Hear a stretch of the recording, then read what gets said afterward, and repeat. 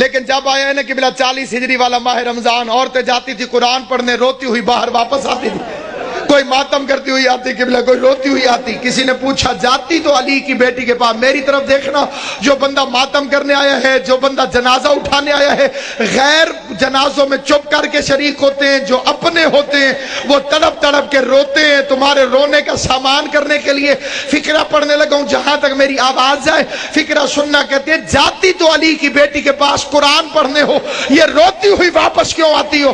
کہنے لگی جب سے یہ آخری رمضان شروع ہوا ہے، علی کی بیٹی کے درس کے رنگ عجیب ہو گئے ہیں۔ پہلے قرآن پڑھاتی ہے، درس دینے کے بعد پردے بند کروا کے علی کی بیٹی سر سے چادر اتار کے اپنے بالوں کو کھول دیتی ہے اور آواز دے کے کہتی ہے کوفے کی عورتوں مجھے اس رنگ میں بھی پہچان لو، کہیں ایسا نہ ہو کل زینب تمہاری مہمان بنے۔ تم کو بی بی ہم نے تو تجھے برقعے میں دیکھا تھا، ہم نے تو تجھے کھلے بالوں سے کبھی دیکھا ہی نہ تھا۔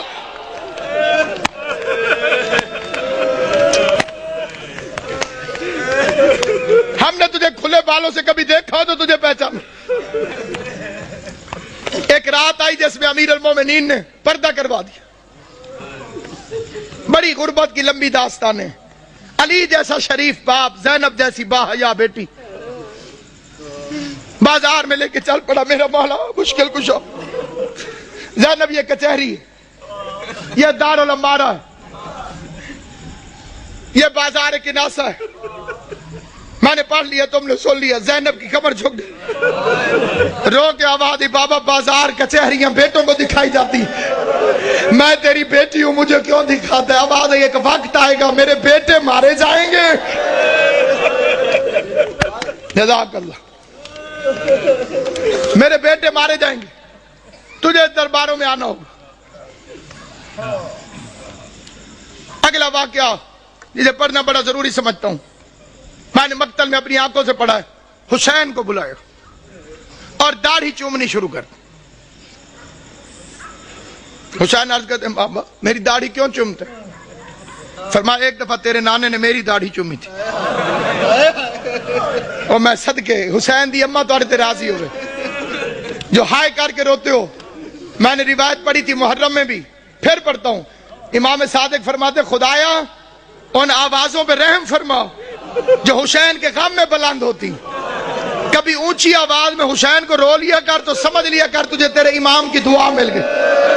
حسین کی اماں تمہیں کوئی غم نہ دے سوائے غم حسین کے فقرہ پڑھنے لگا۔ عزاداران امام مظلوم کہا ایک دفعہ تیرے نانے نے میری داڑھی چومی تھی۔ میں نے پوچھا تھا مولا میری داڑھی کیوں چوم دے ہو؟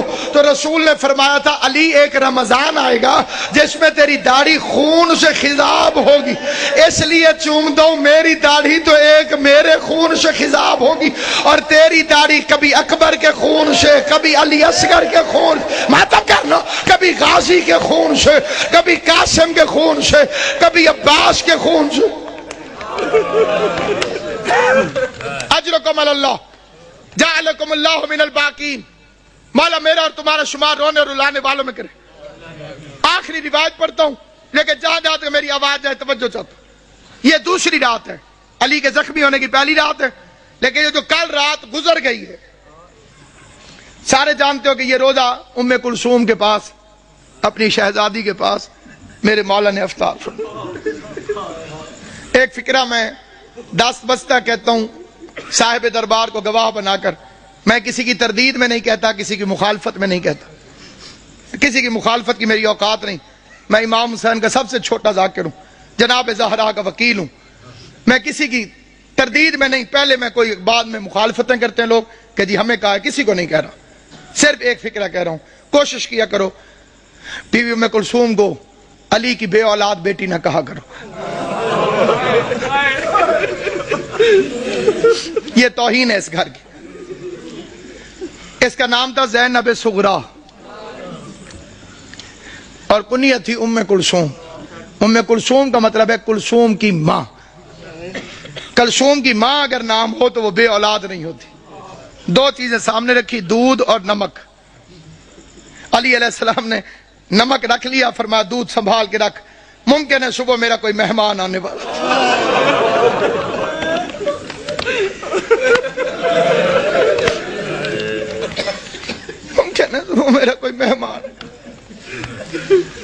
مجھے شربت پلانا پڑا. ہائے کر لو گے جو تمہاری اپنی مرضی ہے. میں بڑا رویا تھا جب میں نے یہ روایت پڑھی تھی. ساری اولاد کھڑی تھی علی کی. جب زخمی ہوا نا میرا مولا, ساری اولاد کھڑی تھی. ایک ایک کا چہرہ دیکھتے دیکھتے علی کی نظر عباس پہ رکی. عباس میرے قاتل کو شربت پلاؤ.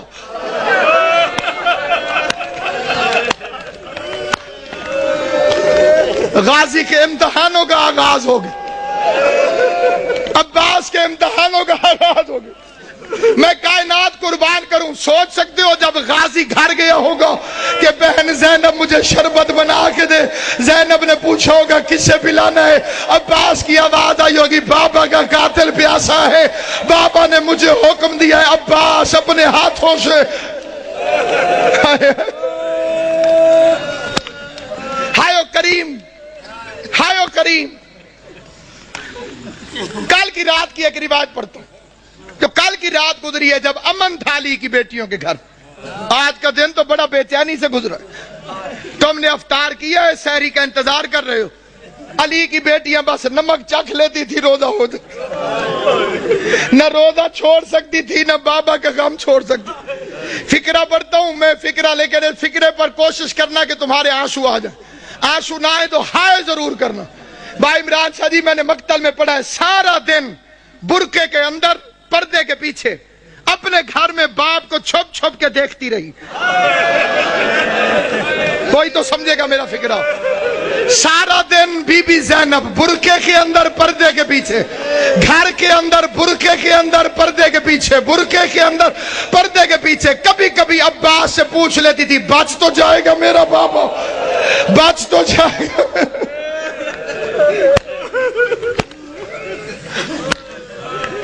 آج کے دن کا واقعہ علماء پڑھتے ہیں. علی کی آنکھیں بند ہیں, کافی دیر چھپ کے دیکھتی رہی. عباس سے پوچھتی ہے آ جاؤں میں. عباس نے فرمایا اپنا گھر ہے, چار دیواری ہے, دروازے بند ہیں. آج باپ کے سامنے آئی, کافی دیر علی کا چہرہ دیکھتی رہی. بابا میرے مولا نے آنکھیں نہیں کھولی, قسمت کی ماری قریب بیٹھ گئے. موت کی ختم ہوئی ہوئی بی بی زینب. قسمت نہیں علی کی بیٹی, کبھی ماں کو پٹیاں باندھتی رہی.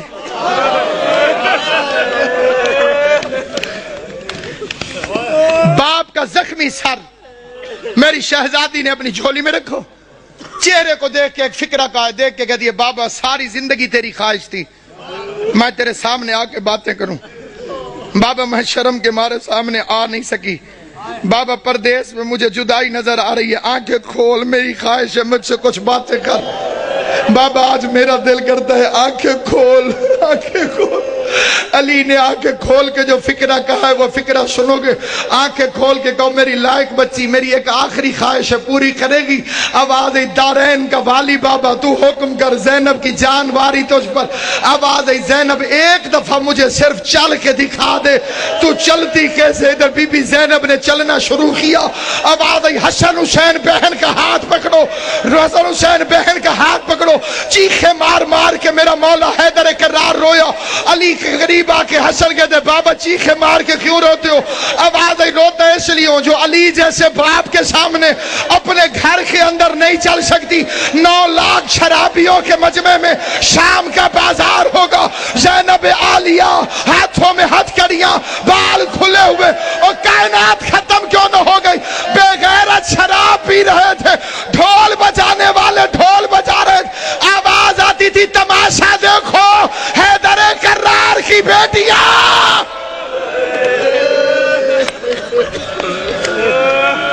جب کہوں گا پھر زیارت آئی.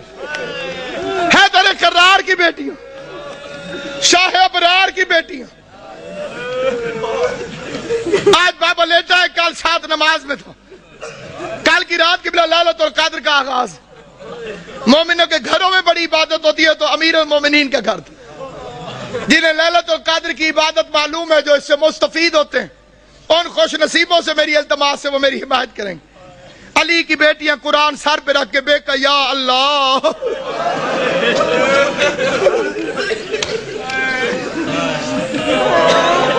ہائے علی ہائے علی میں کہا یا اللہ میں کہا یا اللہ کہ یا اللہ یہ کس رات کی بات کر رہا ہوں دوسری رات یہ جو کل قبلہ جی گزر گئی ہے جناب امام زمان تو بستہ رکھیں صحت یہ جو گزر گئی ہے رات یہ صبح علی کو ضربت رہی عبادت ہو رہی لیلۃ القدر کی پہلی رات اچانک علی کے دروازے پہ گھوڑوں کی ٹاپوں اور اسلحے کی جھنکار کی آواز آئی گھوڑا چلے تو ٹاپوں کی آواز آتی ہے تلوار نکلے تو آواز ہوتی ہے آواز سننے کے بعد عباس نے مسلح چھوڑا بجلی کی رفتار سے غازی دروازے تک پہنچا تھا علی کی آواز عباس ٹھہر جاؤ میں نے یہ 2 سال پہلے فکرہ پڑھا تھا لاہور میں ایک سید نے ایک لفظ کہا تھا وہ یہیں لکھا گیا وہ بیچ میں سے کھڑا ہو گیا اس نے کہا علامہ صاحب علی بھی عباس کو روکتا رہا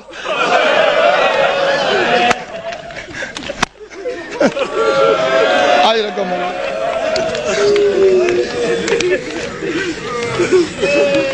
علی بھی عباس کو روک دو غازی کو روک کر میرا مولا باہر نکلا کیسے میرے مولا نے دروازہ کھولا کیا دیکھتے ہیں 4 گھوڑے سوار کھڑے ہیں انہوں نے نقابیں کی ہوئی ہیں ان کے ہاتھوں میں ننگی تلواریں اور وہ گھوڑے پر بیٹھے ہوئے ایک ہاتھ سے گھوڑے کی رکابیں پکڑی ہوئی دوسرے ہاتھ میں تلواریں علم بنائی ہوئی اور چہرے پہ نقاب علی نے فرمایا کون انہوں نے پھرتی سے زین چھوڑی تلواریں نیاموں میں ڈالی علی کے قدموں پہ ہاتھ رکھا کسی نے ہاتھ چومو کسی نے پاؤں چومے پہلے کی آواز مولا میں عبداللہ ابن عفیف علی کا صحابی تھا دوسرے کی آواز مولا میں حذیفہ یمانی تیسرے کی آواز مولا میں ابراہیم ابن مالک اشتر علی فرماتے ہیں آرام اور عبادت چھوڑ کر آدھی رات کو میرے دروازے پہ کیا کر رہے ہیں آرام اور عبادت چھوڑ کر آدھی رات کو میرے دروازے پر کیا کر رہے ہو یہ اگلا فکرہ یاد رکھنا علی کی شہادت میں تمہیں ہمیشہ یاد رہے عبداللہ ابن عفیف مولا کا صحابی وہ کہتا ہے مولا جب سے یہ رمضان شروع ہوا ہے تیری تقریروں سے ڈر لگ رہا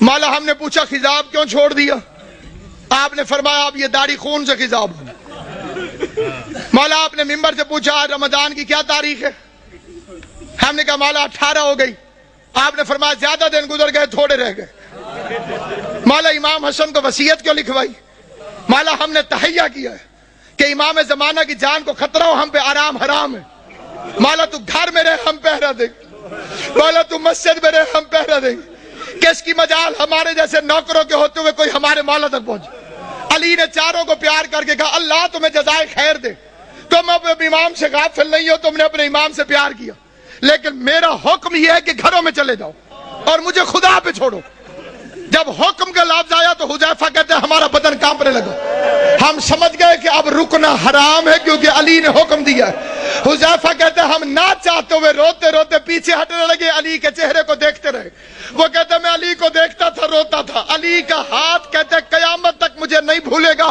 جب علی نے خدا حافظ کہنے کے لیے الوداع کہنے کے لیے اپنا ہاتھ اٹھایا ہمیں خدا حافظ کہا حذیفہ کہتا ہے میں اپنے گھر میں آیا میں نے اپنی تلوار کو زمین پہ پھینکا میں زمین پر بیٹھ کر پچھاڑے کھا کے رونے لگا میرے رونے کی آواز سن کر میری بیوی قریب آئی قریب آ کے کہتی ہے حذیفہ ہوش کر تو علی کا سپاہی ہے کیا علی کے سپاہی بھی روتے ہوئے اچھے لگتے کہتے بیوی روؤں نہ تو کیا کروں زمانہ دشمن ہے علی نے وصیت لکھوا دی ہے میں پہرا دینے گیا تھا علی نے خدمت قبول نہیں کی علی نے نوکری قبول نہیں کی علی نے حکم دیا گھروں کو چلے جاؤ حذیفہ کہتا ہے روتے روتے میری آنکھ لگ گئی میں تھوڑی دیر سویا تھا کہ میری بیوی نے میرے کندھے پہ ہاتھ رکھا جھنجھوڑ کے کہتی حذیفہ جاگ سن یہ شور کیسا حذیفہ کہتا اب جو میں نے سنا تو آواز آ رہی تھی قد قتل امیر المومن لوگوں امیر مارا گیا زینب و کلثوم یتیم ماتم علی